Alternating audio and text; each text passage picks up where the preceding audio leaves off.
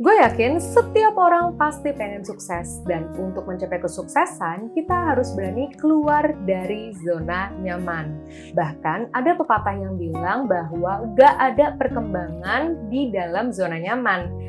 Ya, pepatah ini benar juga sih, gimana kita bisa lebih baik dan lebih maju dibandingkan sekarang kalau kita terus-terusan di zona nyaman dan nggak mau memperbaiki diri. Tapi gue menemukan beberapa insight baru tentang zona nyaman yang menurut gue refreshing banget dan jadi mindset yang lebih membantu gue ketika gue burn out dan capek belajar bikin konten. Karena jujur ketika belajar bikin konten ini tuh rasanya benar-benar keluar dari zona nyaman gue banget lah. Jadi untuk lo yang lagi mau keluar dari zona nyaman atau mungkin lagi capek ketika menjalani sesuatu yang di luar zona nyaman kalian, video ini adalah video yang tepat. So, mindset apa sih yang lebih tepat daripada keluar dari zona nyaman? Jawabannya adalah perluas zona nyaman lo. Mindset ini tuh enak banget, gue udah mulai coba terapin dan sampai sekarang juga masih gue terapin sih. Yang gue rasain tuh gue jadi lebih percaya diri dan beban gue itu lebih ringan dibandingkan kalau gue harus keluar dari zona nyaman. So, pada video kali ini gue Ajeng dari Journey Journal akan ngajak kalian berhenti sejenak dan merenung untuk pakai mindset memperluas zona nyaman. Jujur aja mindset ini worth it banget untuk dicoba, so tonton video ini sampai habis supaya insight-nya benar-benar bisa lo terapin jadi mindset yang baru.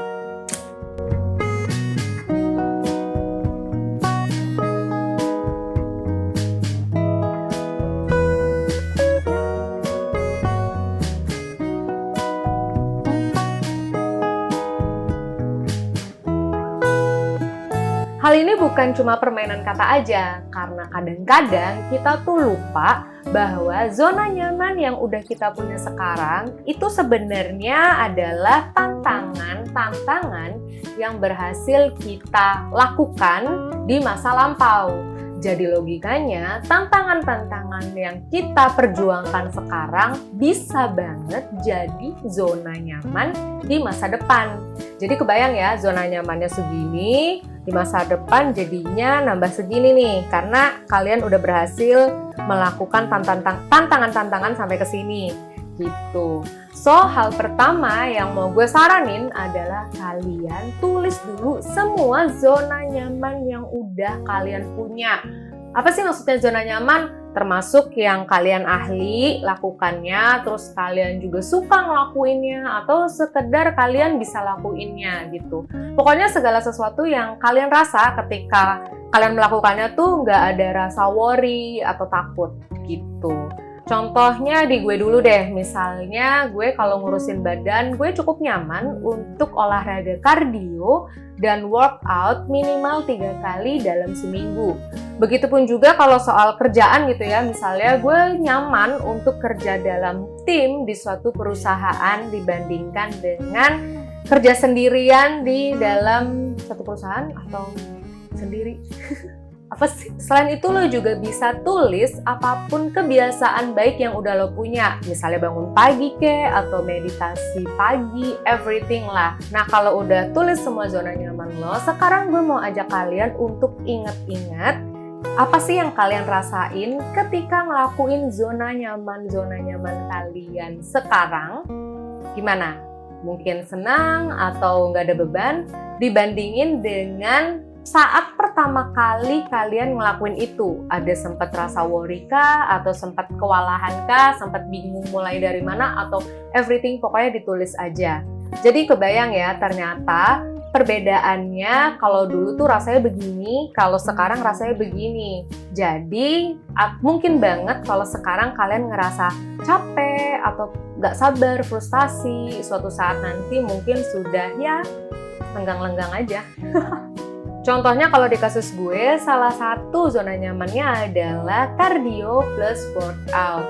Nah, gue ceritain ya journey-nya gimana hal-hal tadi itu bisa jadi zona nyaman gue. Dimulai dari kisaran 10 tahun yang lalu, dimana awalnya gue nggak pernah olahraga, tiba-tiba gue jadi mulai treadmill dan jogging. Kayaknya waktu itu tuh gue hampir tiap hari treadmill deh. Lalu 5 tahun yang lalu, berarti kisaran 2016, gue tuh mulai belajar Zumba. Itu loh yang dance-dance itu. Nah, awalnya gue itu selalu ketinggalan gerakan karena gue nggak terbiasa mengkoordinasikan badan gue. Begitupun juga badan gue jadi kaku banget awal-awalnya. Tapi lama-lama gue malah jadi seneng Zumba. Gue suka tuh kalau misalnya ngikutin gerakan-gerakan baru atau misalnya, ya pokoknya gue seneng lah sama Zumba. Jadi nyaman dan bahkan gue mencintai Zumba gitu. Jadi ternyata tantangan yang pernah kita lewatin zaman dulu itu ternyata emang beneran lama-lama bisa jadi zona nyaman kita loh. Jadi kebayang ya, bisa aja tantangan yang sekarang itu benar-benar bisa jadi zona nyaman kita ke depannya. Nah, itu kan zona nyaman gue sekarang. Apa sih zona nyaman kalian? Komen di bawah ya. Sekalian aja show off biar semua orang tahu apa aja yang kalian udah bisa lakuin dan kebiasaan-kebiasaan kalian. Komen di bawah. Jadi setelah diinget-inget, kebayang ya, ternyata kita, gue, dan lo itu sama-sama berhasil ngelewatin zona nyaman kita tanpa kita sadari loh. Untuk melewati zona nyaman nggak selamanya harus yang gede banget gitu, kayak misalnya tiba-tiba jadi pengusaha startup atau apapun. Mengubah kebiasaan-kebiasaan kecil atau sesimpel ikut membership gym itu juga udah keluar dari zona nyaman loh. Tapi ada hal yang perlu diingat banget dalam memperluas zona nyaman. Yang pertama adalah memperluas zona nyaman merupakan suatu proses di mana kita membutuhkan energi, waktu, sumber daya, fokus, dan bahkan seringkali membuat kita mengeluarkan emosi-emosi tertentu. Makanya sebelum mulai untuk memperluas zona nyaman A ke B, itu kita perlu mempertanyakan apakah B ini cukup worth it untuk diperjuangkan menjadi zona nyaman lo kelak. Ya karena sekali lagi ingat, ini semua proses dan banyak hal yang perlu dikorbankan. Langkah ini erat kaitannya banget sama motivasi, karena kalau misalnya dari awal kalian udah nggak ngerasa worth it, kedepannya ketika kalian kesel gitu, emosi, frustasi, ada kemungkinan banget bahwa kalian akan berhenti atau demotivasi, atau anggot-anggotan, apapun itulah pokoknya. Lalu pertanyaannya, gimana sih cara menentukan sesuatu itu worth it atau nggak worth it? Sebenarnya sih yang paling tahu lo sendiri ya.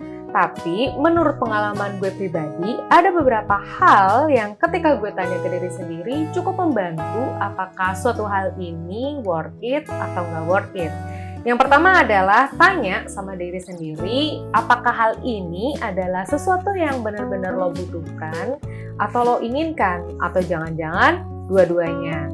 Nah, kalau misalnya udah, kita bisa tanya lagi ke diri sendiri. Pertanyaan yang kedua yaitu apa aja sih manfaat yang akan kita dapatkan kalau kita melakukan hal ini?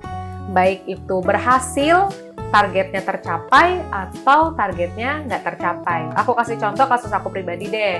Aku belajar content creating, targetnya itu jadi YouTuber yang punya subscriber sampai 3 juta subscriber.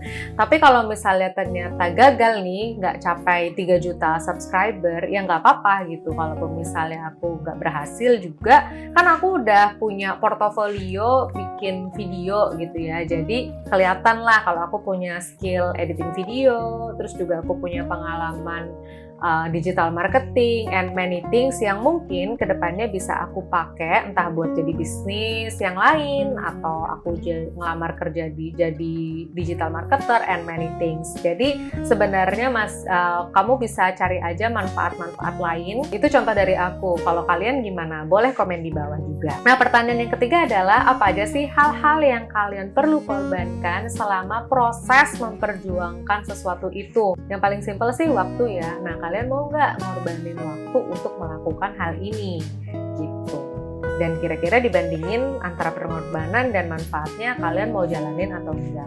Pertanyaan keempat adalah apakah selama prosesnya gue akan sanggup ngadepin omongan orang ya, let's say misalnya dipercaya nggak bakalan bisa gitu. Dan begitupun juga, apakah gue akan sanggup mengorbankan banyak hal, entah itu waktu, uang, pikiran, dan segala macamnya itu, selama proses ini dijalani. Lalu gimana cara gue menghadapi semua itu? Tapi gimana pun juga, sebenarnya kita nggak ada salahnya mencoba, baik itu worth it nggak worth it. Karena kadang, kalau kita nggak mencoba, kita nggak bisa tahu sebenarnya hal ini benar-benar worth it atau enggak. Siapa tahu setelah mencoba, ternyata memang ini adalah hal yang sangat cocok untuk kalian tempuh. Jadi benar-benar nggak ada salahnya mencoba. Toh setelah mencoba, kalian masih punya pilihan untuk lanjut atau nggak lanjut kok. Ya kalau misalnya emang dirasa nggak worth it dan nggak ada ujung yang bagusnya, ya ngapain dipertahanin lagi. Mendingan berhenti aja, nggak apa-apa, nggak ada salahnya juga kok. Itu kan pilihan dan perjalanan kalian masing-masing. So aku berharap video ini membantu kalian untuk menumbuhkan mindset mengembangkan zona nyaman. Karena sekali lagi ingat ya bahwa tantangan-tantangan yang di zaman lalu itu kalian sudah bisa lewati menjadi zona nyaman di zaman sekarang. Jadi logikanya tantangan-tantangan zaman sekarang itu bisa banget berubah menjadi zona nyaman di masa depan. Ya tentunya ini juga tergantung sama journey kalian sih. Jujur aku pribadi seneng banget sharing insight ini karena aku pribadi merasa terbantukan banget lah dengan mindset ini. Kalau kalian gimana? Komen di bawah ya. Kalau kalian suka dengan video ini, jangan lupa like dan share ke teman-teman sekitar. Subscribe juga channel ini dan nyalain notifikasinya supaya kita bisa saling sharing lagi di journey-journey selanjutnya. Terima kasih banget ya udah nemenin aku dan sampai jumpa di our next journey. Have a nice journey. Bye-bye.